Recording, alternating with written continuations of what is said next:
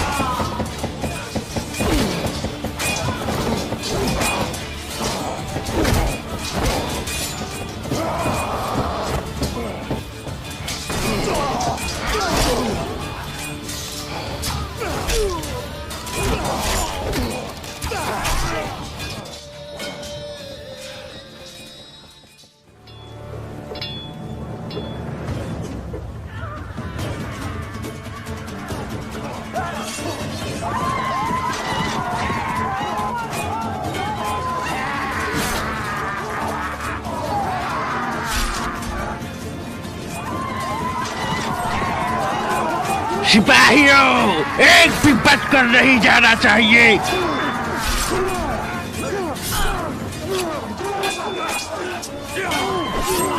कलेजे चीर डालो, नहीं बचकर जाना चाहिए। उस्मान!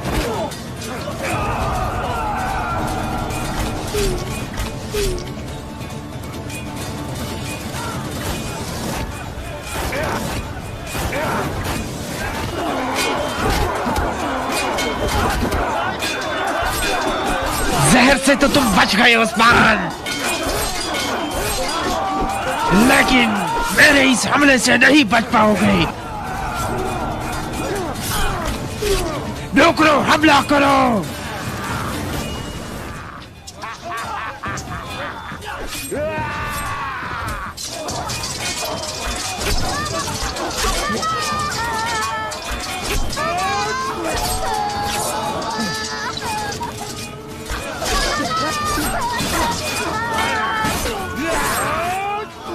अब तुम्हें पता चलेगा कि तुम लोगों ने किसे ललकारा है उस्मान।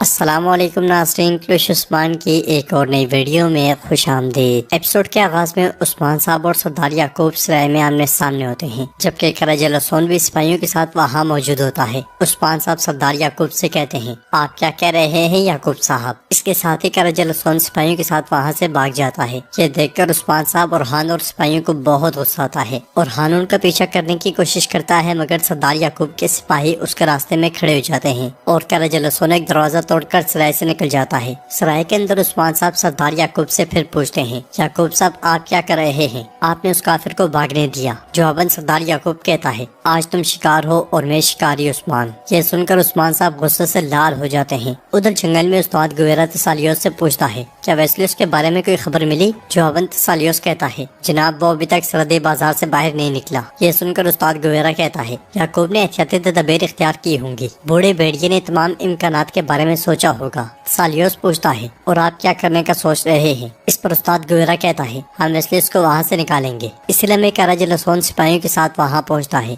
और उस्ताद गुवेरा से कहता है, सुलीबी तुमने एक जबरदस्त चाल चली है। याकूब और उस्मान एक दूसरे के खिलाफ लड़ेंगे और वो अपने ही खून में डूब जाएंगे, लेकिन मैं चालों पर भरोसा नहीं करता, मुझे अपनी तलवार पर भरोसा है। फिर एक सिपाही से कहता है, नौकरों को पैगाम भेजो, उन्हें कहो कि सराय को तराज से घेर लें। ये सुनते साथ ही एक सिपाही वहाँ से चला जाता है। इधर सराय में सरदार याकूब तलवार उस्मान साहब की जानिब करते हुए कहता है, तुम्हें मारने के बाद में उस कुत्ते को भी मार दूंगा। दुश्मन को मारना कोई बड़ा मसला नहीं है, लेकिन हमें पहले अपने दरमियान मौजूद गद्दारों को जड़ से उखाड़ फेंकना होगा। जवाब में उस्मान साहब भी तलवार का रुख उसकी जानिब करते हुए कहते हैं, मेरे सब्र का पैमाना लबरेज हो रहा है याकूब भी, अब मैं बर्दाश्त नहीं करूंगा। तो सरदार याकूब कहता है, उस्मान तुम्हारी गद्दारी बेनकाब हो गई है, अब तुम्हारा हिसाब और जान ले ली जाएगी। जवाबन उस्मान साहब गरजते हुए कहते हैं, ये याद रखें, ना तो मैं आपको हिसाब दूंगा और ना ही अपनी जान दूंगा। मैंने इस सारे वक्त में सुलह का इंतजार इंतजार किया, लेकिन अब बहुत हो गया। हम में से आज कोई एक ही यहाँ से जिंदा निकल पाएगा। आइए देखते हैं कि वो कौन होगा। तो सरदार याकूब कहता है, तुम्हें गद्दारी की कीमत मालूम थी, फिर भी तुमने ये जानबूझकर किया। अब कीमत अदा करने का वक्त आ गया है। जवाबन उस्मान साहब कहते हैं, मैंने सोचा कि शायद आप कभी न कभी गफलत से जाग जाएंगे, लेकिन ये वाज़ेह है कि आप सिर्फ मौत ही से बेदार हो सकेंगे। मुझे बताएं कि आप किस कुत्ते की बातों में आकर यहाँ आए हैं। जवाबन सरदार याकूब कहता है, तुम्हारा सिपाही फैसल। ये कहते साथ ही वो उस्मान साहब पर हमला कर देता है। उनकी देखा देखी सिपाहियों के दरमियान भी लड़ाई शुरू हो जाती है और उस्मान साहब सरदार याकूब को पीछे धकेलते हुए कहते हैं, फैसल? हाँ, मेरे महल में मौजूद गद्दार फैसल ही था, मगर क्या आप एक गद्दार की बातों में आकर मेरे खिलाफ खड़े हो गए हैं?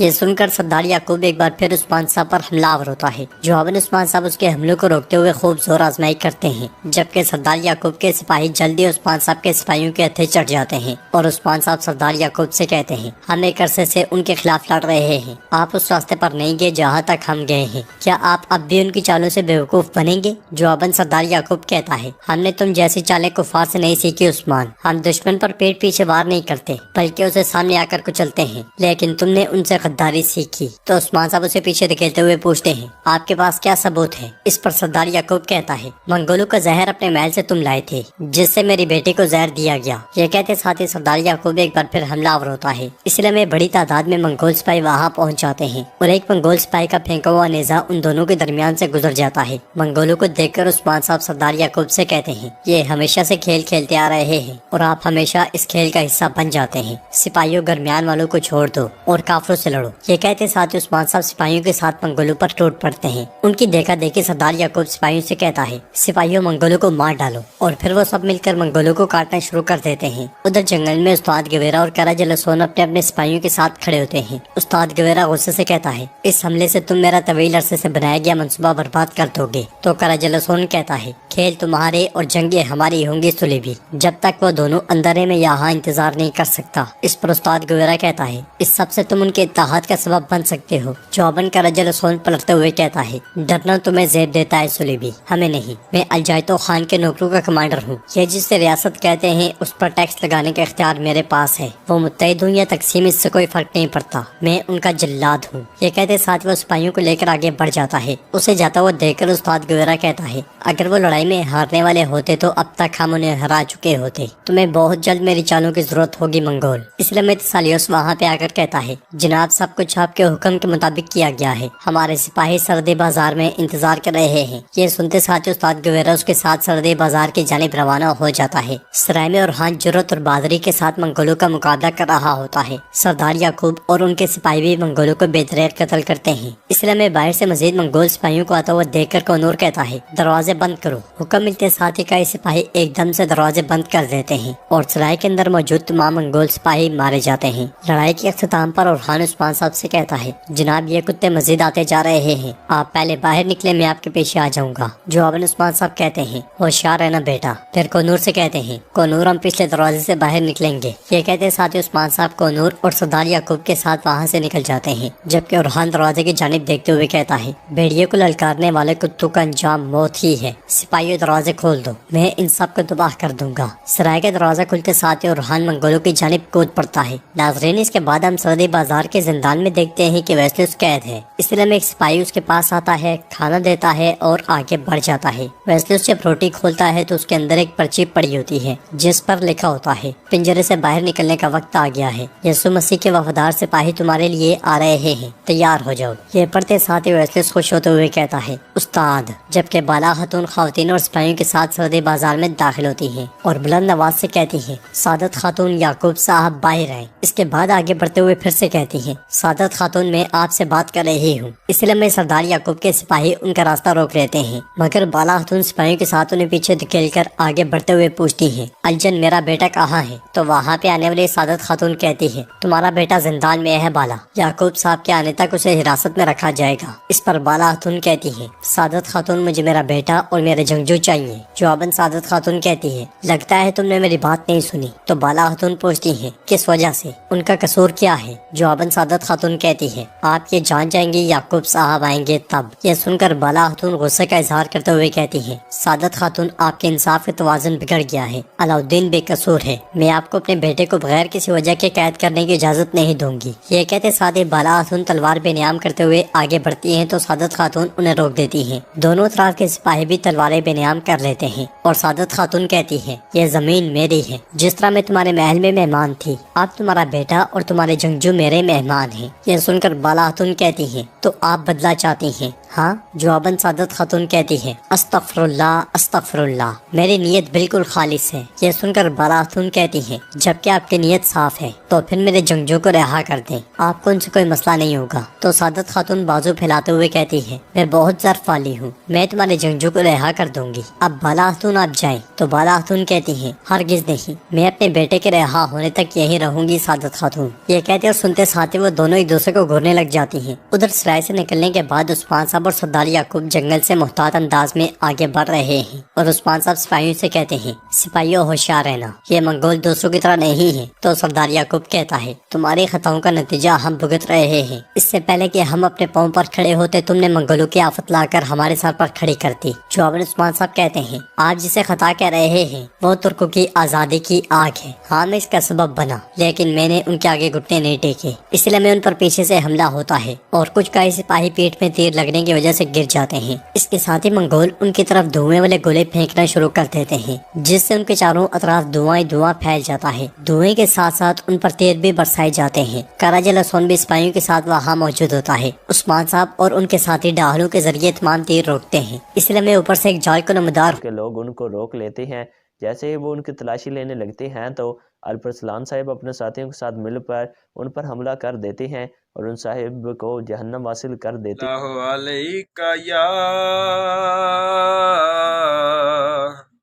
یا رسول اللہ وسلم علیکہ یا حبیب اللہ۔ نعت سرکار کی پڑھتا ہوں میں، نعت سرکار کی پڑھتا ہوں میں، بس اسی بات سے گھر میں میرے رحمت ہوگی۔ یہ سنا ہے کہ قبر میں بہت اندھیری ہوگی، یہ سنا ہے کہ قبر میں بہت اندھیری ہوگی، پر قبر کا خوف نہ رکھنا اے دل، پر قبر کا خوف نہ رکھنا اے دل، وہاں سرکار دو عالم کی زیارت ہوگی۔ حشر کا دن بھی عجب دیکھنے والا ہوگا، حشر کا دن بھی عجب دیکھنے والا ہوگا، زلف لہرا کے وہ جب آئیں گے، زلف لہرا کے وہ جب آئیں گے،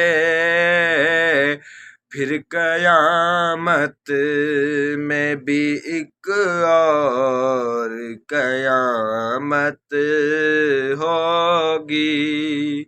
نعت سرکار کی پڑھتا ہوں میں، بس اسی بات سے گھر میں رحمت ہوگی۔